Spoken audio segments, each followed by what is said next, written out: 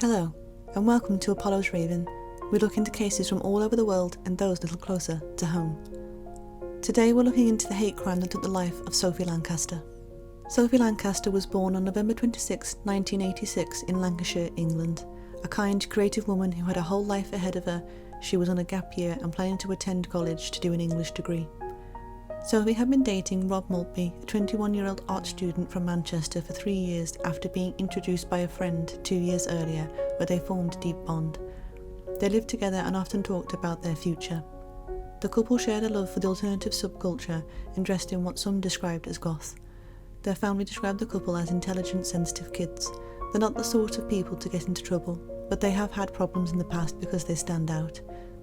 It was on the 11th of August 2007 at nearly midnight that Sophie and Rob were returning home and stopped at a petrol station for cigarettes that they passed a group of teenagers at the entrance of Stubby Lee Park. According to witnesses, the couple were engaged in friendly conversation as they were fascinated with their appearance. Everything was friendly, and apparently one of the teenagers even asked for a photo with Sophie, to which she agreed, but this photo has never been recovered. At this point, Sophie, Rob and the teenagers have reached the skate park area. Rob afterwards said he remembered feeling anxious after following the group, but this is the last thing he remembers of the night. Sophie initially handed out cigarettes to the group, and then suddenly one of the teenagers shouted, "Let's bang him." The situation turns violent, with one attacking Rob with a flying kick to the head, and a vicious attack happens, knocking him unconscious. Frightened and wanting to protect her boyfriend, Sophie bravely tried to shield him from the unprovoked attack. She cradled his head in her lap and pleaded with their laughing attackers to stop, but they then turned on her, kicking her head like it was a football. The teenagers had drunk at least 4 pints of strong cider and down shots of schnapps. I can see the ambulance police right here, yeah. I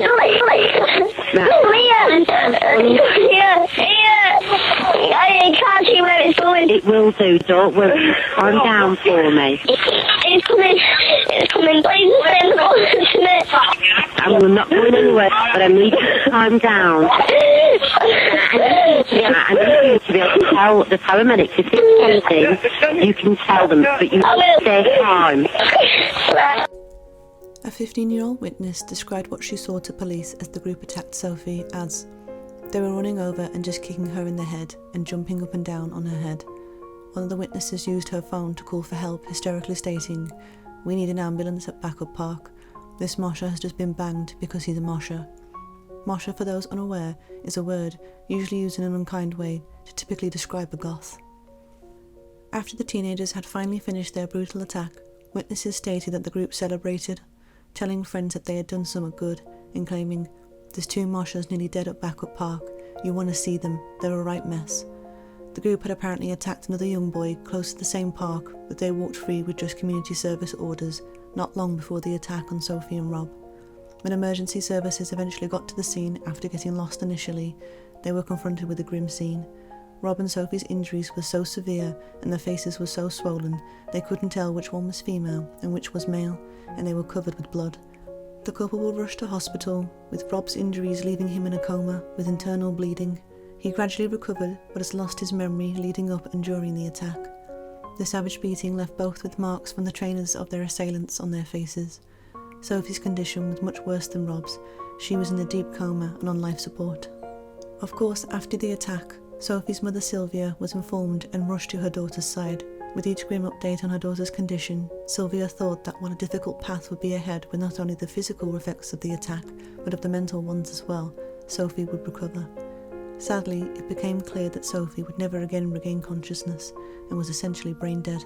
Rob was informed on Sophie's condition and was able to say goodbye with Sylvia, and Sophie's life support was turned off on the 24th of August 2007. Sophie was only 20 years old. They pull the curtains round. And it was the first time, you know.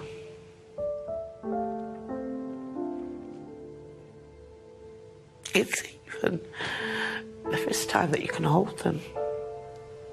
Because they've got so many things on, you can't even hold them. So they take the machines off. And I'd done her hair, you know. I waxed all her hair the night before. Because that's the only thing you can touch.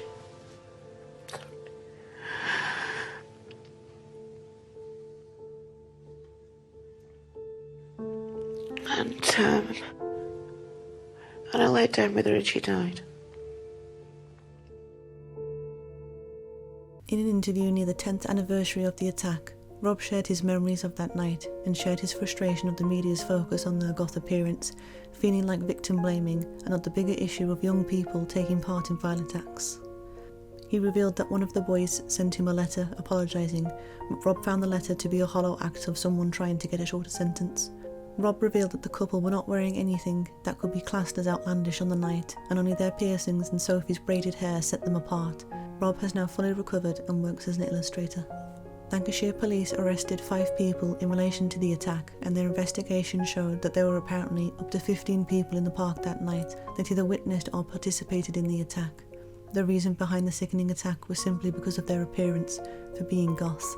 Local residents said that Backup Park was often used by drunken, violent teenagers and had asked for the council to do something about it before the attack, and after, the local council said that park rangers would be too expensive.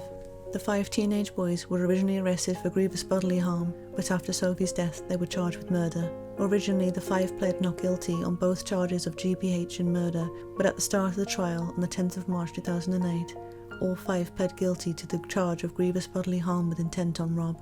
The main culprits of the attack were Ryan Herbert, 16, and Brendan Harris, 15. Herbert pled guilty to murder, while Harris maintained his innocence.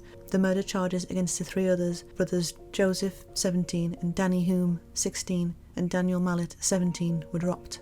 The trial concluded on the 27th of March 2008. For the attack on Rob, Joseph and Daniel Hume both got 5 years and 10 months, and Daniel Mallet got 4 years, 4 months.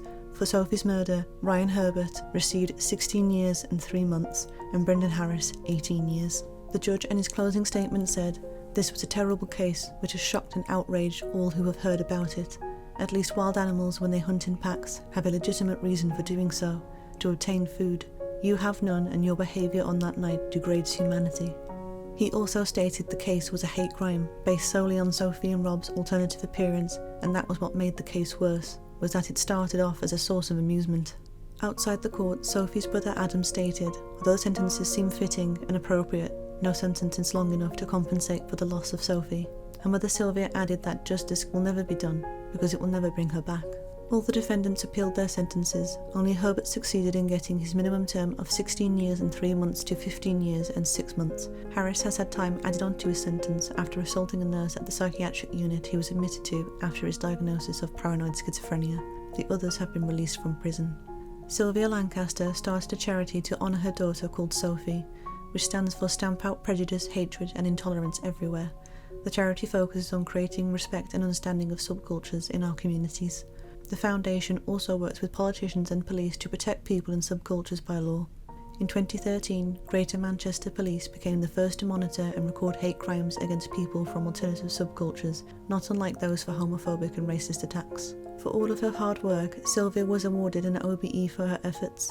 An outpouring of love came from the alternative community, with many paying tribute to Sophie, and even Music Festival Bloodstock naming a stage after her. Sylvia Lancaster passed away suddenly on the 12th of April 2022. The foundation vowed to carry on Sylvia and Sophie's legacy and continue to fight for tolerance and justice. I would remember Sophie. I was always very proud, the fact that she stood up there and she was who she wanted to be, and she was proud of that, and she showed the world what she was and what she believed in and who she was. I think I'll always remember her laugh. Just this giggle like she'd done bad and yet she never did. And smile. Smiles and giggles.